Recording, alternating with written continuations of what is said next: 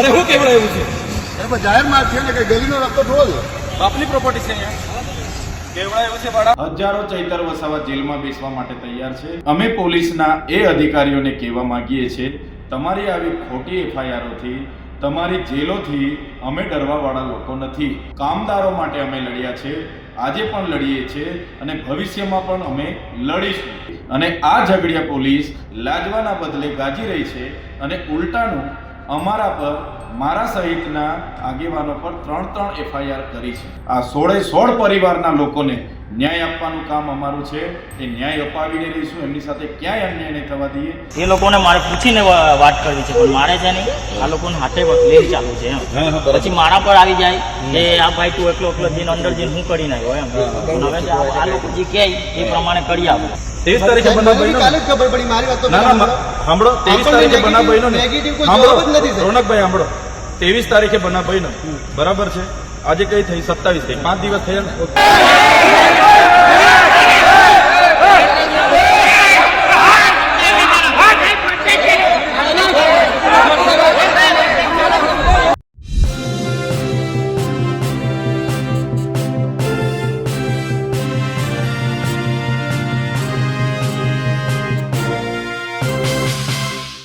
જે રીતે ભરૂચમાં એક કંપનીમાં બ્લાસ્ટ થયો અને 16 લોકો ઘાયલ અને એક વ્યક્તિનું મોત થયું હતું, એ કેસમાં હવે ચૈતર વસાવા સામે પોલીસ કેસ થયા છે. ચૈતર વસાવા અને એમના સાથીઓ સામે એક નહીં પણ 3 કેસ થયા છે.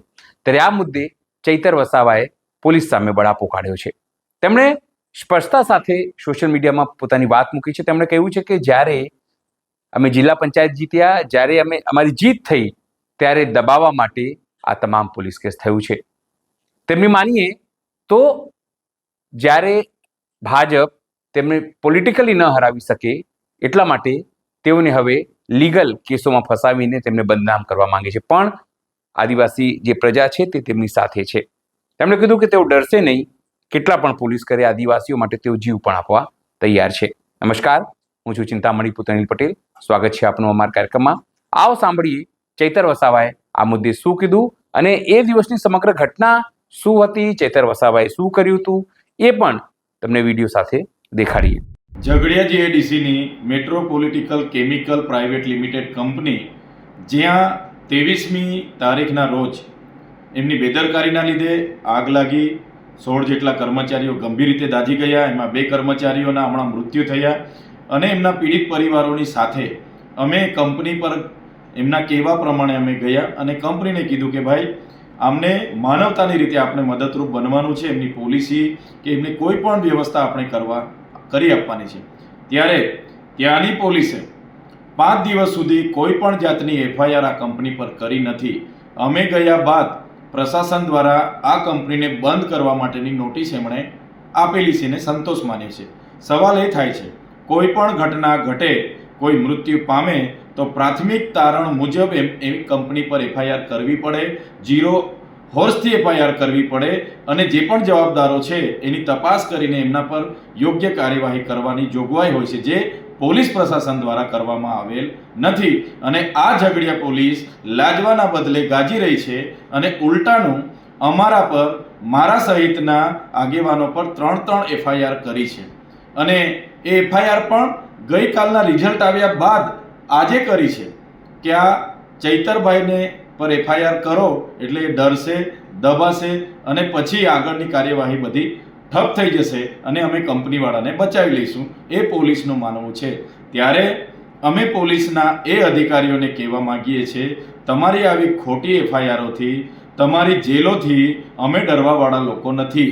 અમે આ અગાઉ પણ ત્યાંના અંકલેશ્વર, પાનોલી, દહેજ, ઝઘડિયા, વાલિયા તમામ કામદારો માટે અમે લડ્યા છે, આજે પણ લડીએ છીએ અને ભવિષ્યમાં પણ અમે લડીશું અને લડતા રહીશું. અને જનતા ખૂબ સારી રીતે જાણે છે, જાગૃત છે. તમામ કામદારોને પણ ખબર છે કે આમાં શું ઘટના ઘટી છે. ત્યારે જ્યારે પણ અમારે જેલમાં જવાનું થશે ત્યારે આજે એકલા ચૈતર વસાવા નથી, આજે બધા જ હજારો ચૈતર વસાવા અહીંયા ઊભા થયેલા છે. હજારો ચૈતર વસાવા જેલમાં બેસવા માટે તૈયાર છે.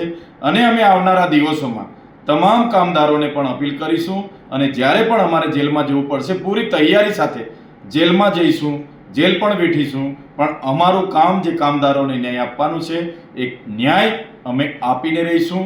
આ 16 પરિવારના લોકોને ન્યાય આપવાનું કામ અમારું છે. એ ન્યાય અપાવીને રહીશું. એમની સાથે ક્યાંય અન્યાય નહીં થવા દઈએ, એમના પરિવારો સાથે અન્યાય નહીં થવા દઈએ, એની અમે ખાતરી આપીએ છીએ. આ કોની ગાડી છે ખબર છે તને? આ ગાડી કોની છે ખબર છે?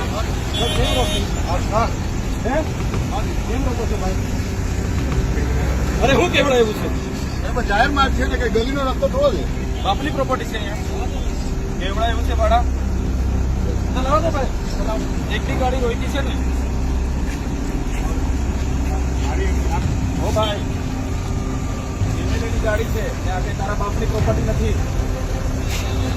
હા, એ બધી સાઈડ પર રાખવાની, પૂછવાનું નહીં. કોઈ અમારો સાહેબ નથી અહીંયા કોઈ. એ દેજે એને કહેવાનું બેસની આવો તો ગાડીઓ બધી લાવો. ના ના ઉપર નહીં. અત્યાર સુધી 4 દિવસ સુઈ ગયેલા તમે. 16 લોકોને ગાજેલી છે, સુઈ ગયેલા તમે. જે કામ છે એ કરો, જવા દો.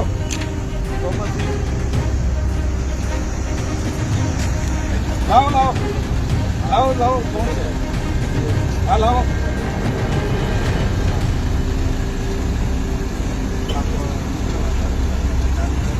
ના ના ગાડીઓ ત્યાં આવશે, અમારી ગાડીઓ છે. ચાલો ભાઈ આવો તો ગાડીઓ. આગે તમારા બાપની ગાડીઓ નથી. આવા તો ગાડીઓ. લાદેવાડી અત્યાર સુધી શું કરતા હતા તમે?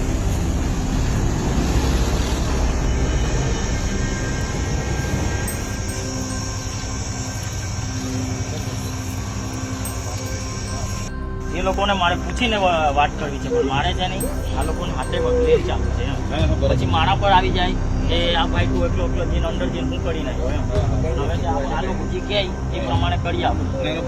બરાબર છે. અમે બધા લોકો તમારા ન્યાય માટે જ અહીંયા આવ્યા છે. 4 દિવસથી અમે રાહ જોઈ, બધાને વાત કરી. ખાલી આવ્યા હતા બાકી સુરતથી પિયુષભાઈને અમે મોકલેલા. કાલે રાતે 2 વાગે પિયુષભાઈ બી ત્યાંથી આવ્યા છે. બસ આ બેનને ન્યાય જોઈએ એમના ઘરે. ચાર દિવસ પહેલા પાણી કશું ખાટા પીઠા નથી. બોલો આજે સૂકી ભાજી જેવા થઈ ગયેલા છે ત્યાં ગાડી. ઓક્સિજન પર લાખવા જેવા થઈ ગયેલા છે. હા એડમિટ કરેલી મંડળની એડમિટ કરેલા છે. ખાવાનું ખાતા નથી. એ લોકોને ખોરાક ઘરે ઉતરતો નથી. પાણી નથી, પાણી તો નથી પીતા. નથીના મમ્મી પપ્પાને ન્યાય મળ્યો કે નથીની બાઈકને ન્યાય આપવાનો નથી. વાત કરવા રાજી. હા એ બગાડી દો એમ્બ્યુલન્સમાં બગાડી.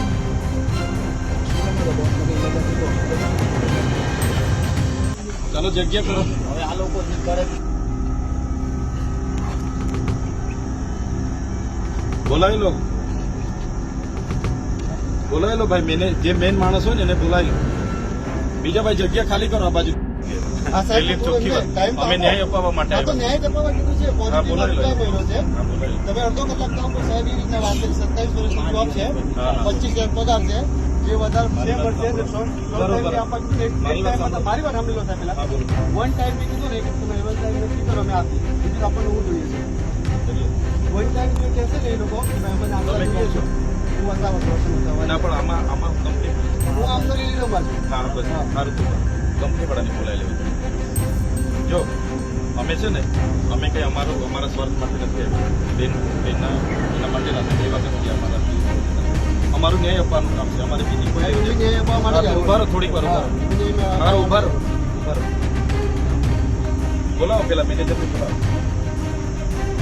4 દિવસ થયા. તમે 4 દિવસમાં હું જવાબ આપ્યા લોકો? 4 દિવસ થયા. 23 તારીખે બનાવ 23 તારીખે બનાવ બન્યો. કાલે જ ખબર પડી મારી વાત તો ના ના સાંભળો, 23 તારીખે બનાવ બન્યો ને. નેગેટિવ કોઈ સાંભળો જવાબ જ નથી સાહેબ. રોનકભાઈ સાંભળો, 23 તારીખે બનાવ બન્યો, બરાબર છે. આજે કઈ થઈ 27 થઈ, 5 દિવસ થયા ને.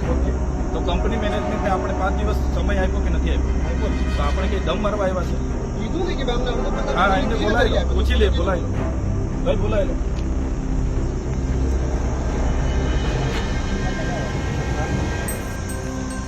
હું પેલાને કહી દઉં બરાબર, તમારી એટલે પણ હા, મારી જે અમે છે આવ્યા અમારો છે. જે મેસેજ છે હું પહોંચાડી દઉં છું બરાબર. અમે આવ્યા છે લાગે ન્યાય અપાઈને જઈશું. 4 દિવસ સુધી એ લોકોને અમે છે ને ફોન પર ફોન કર્યા છે એમને ઓકે વાંધો 4 નહીં. દિવસથી. હા એને જવાબ નથી આપ્યો એટલે અમે આવ્યા છીએ. જો હું વાત કરું તું અંદરથી આવ્યો તો આક્ષેપ કરે એના કરતાં બહાર બોલાય ને. કાલે ઉઠીને 16 જણનો પ્રશ્ન છે, 1 જણનો નથી. હા એ બધાને હા. આવું કરું હા, છું 16 જણનો છે ને તમે બી ગંભીરતાથી સિરિયસલી અમે 4 દિવસથી મેનેજરને છે ને બોમ્બે છું 4 દિવસથી ફોન કરીએ છીએ. મને શું કીધું ખબર કે ભાઈ તું અહીં હીરો બનવા નહીં આવ કઈ હું આવ્યો હા બસ બસ એને હું આવ્યો છું ને, હું ધારાસભ્ય છું, મને બોલાવો. ચાલ ના ના અંદર કોઈ વાત નહીં, અહીંયા ઓકે વાંધો નહીં ચાલો 16 જણનો પ્રશ્ન છે અહીંયા. હું લઈને આવું બરાબર હા, કોઈ નહીં આવે એને બોલાવો અહીંયા. 4 દિવસ થઈ ગયા, 16 લોકોનો પ્રશ્ન છે. આ કઈ એ નથી, પેલા ભાઈ મારીને ક્યાં એ ગ્રુપમાં ડેડ બોડી પડેલી છે. કોણ છે ભાઈ પાછળવાળા? તમારી યાદ છે પોલીસ સ્ટેશન બાઉન્સરી હા અહીંયા બાઉન્સરી કરતા નહીં. હા એવું કઈ સમજતા નહીં, બધી નાહી જવા અહીંથી હોદીને આપવું જો. આ કે તમારા બાપને તાળા મારી હમણાં. હા 2 દિવસ પછી પાછા આવીએ 29-30 તારીખે કાલનું બધું પતાવીને. શું કેવું? એ બાપની પ્રોપર્ટી નથી અહીંયા. તમે પીએસઆઈ કોણ છે ભાઈ? તમે તો બોલાવો, તમને ખબર નહીં પડતી કે હા બોલાવો, પીઆઈ ને બોલાવો. અંદર શું કરે છે? અહીંયા આવ્યા છે એ વાત કરવા કોને? 4 દિવસ સુધી તમારો પીઆઈ હુઈ ગયેલો.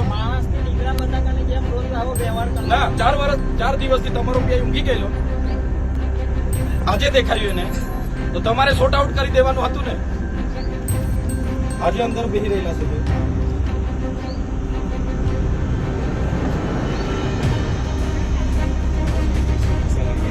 હા એની સુરક્ષા અને બાઉન્સરો માણસો દાજેલા છે. હા પછી જોજો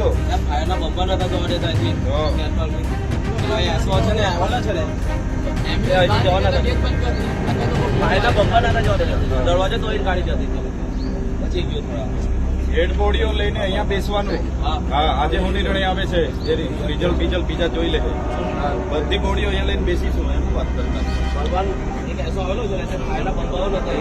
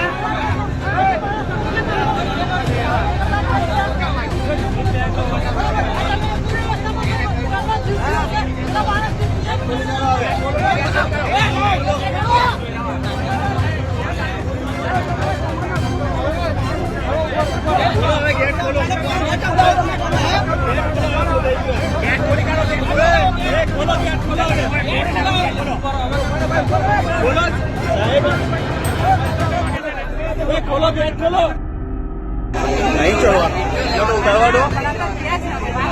અંદરનું ખાલી વિડીયો ઉતારવા દો, અમે નહીં ચાલો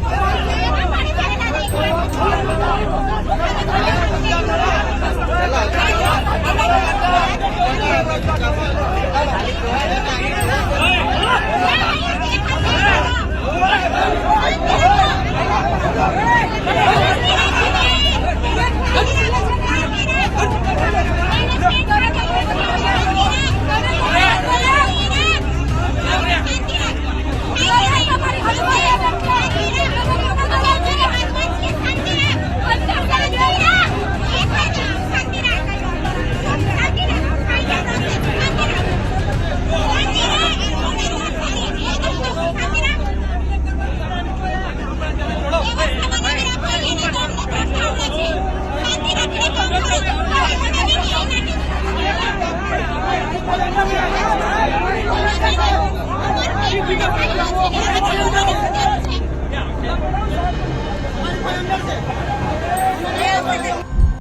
સમગ્ર ઘટના લઈને આપણે શું વિચારો છો? જે રીતે પોલીસ કેસ થયું છે, હવે ચૈતર વસાવાને ફરી એકવાર જેલ જઈ શકવું પડે છે, કાયદાકીય જે મુશ્કેલી છે એ વેઠવું પડી શકે છે. એને લઈને આપ શું વિચારો છો? જરૂરથી અમારા કોમેન્ટ બોક્સમાં કોમેન્ટ કરજો. એ સિવાય અમારી યુટ્યુબ ચેનલ લાઈક કરો, સબસ્ક્રાઇબ કરો, બેલ આઇકન દબાવો. સાથે અમારી વેબસાઇટ છે www.gujaratplus.in, ત્યાં પણ જઈને તમે વધુ અપડેટ થઈ શકો છો. અત્યારે માટે બસ આટલું જ. નમસ્કાર.